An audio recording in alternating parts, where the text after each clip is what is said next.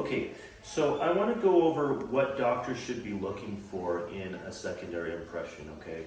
Now, obviously getting out of dental school, or sometimes our thoughts are in dental school, oh, why are our professors making us do everything like this?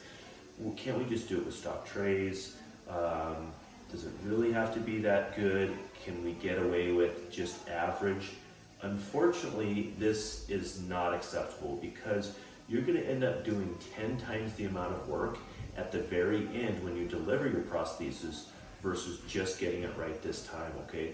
So a lot of times, even with new assistants, they're not going to get it right. But you need to, as the doctor, be able to go in and be able to do this correctly yourself, okay? And then you need to know what to look for, okay? So we're going to kind of zoom in on the secondary impressions that we just took here. And I'm going to show you a couple of things, okay?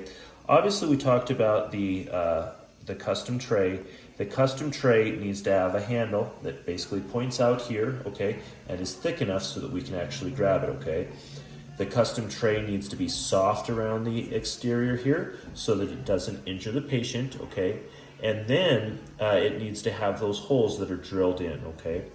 Another thing that a lot of the issues that I see with custom trays are the custom trays don't go right down into the middle of the vestibule.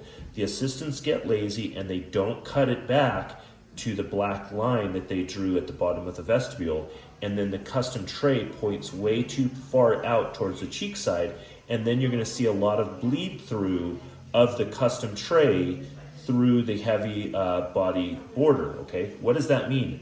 That means that the custom tray wasn't fabricated very well, okay?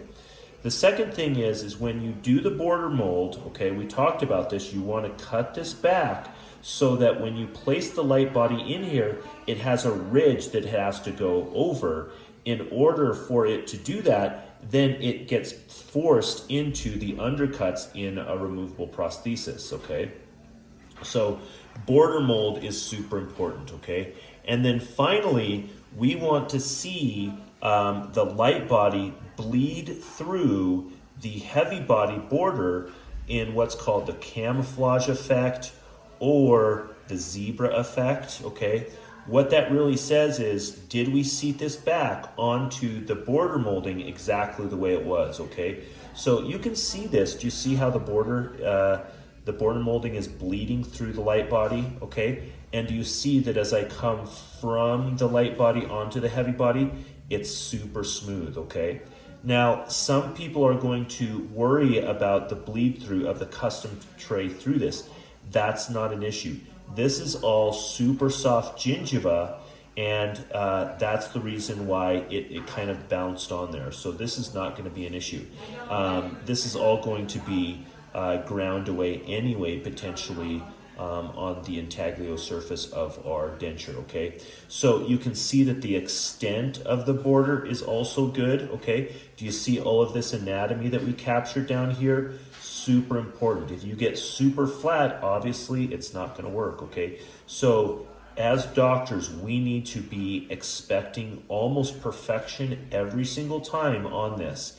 If you start to become lackadaisical on your assistants and let anything fly, they're going to pick up on the fact that you're not super particular, and they are going to give you worse and worse impressions, and the lab is going to give you worse and worse prosthesis coming out of there. So be very, very particular about all of those different facets of the custom tray and your secondary impression.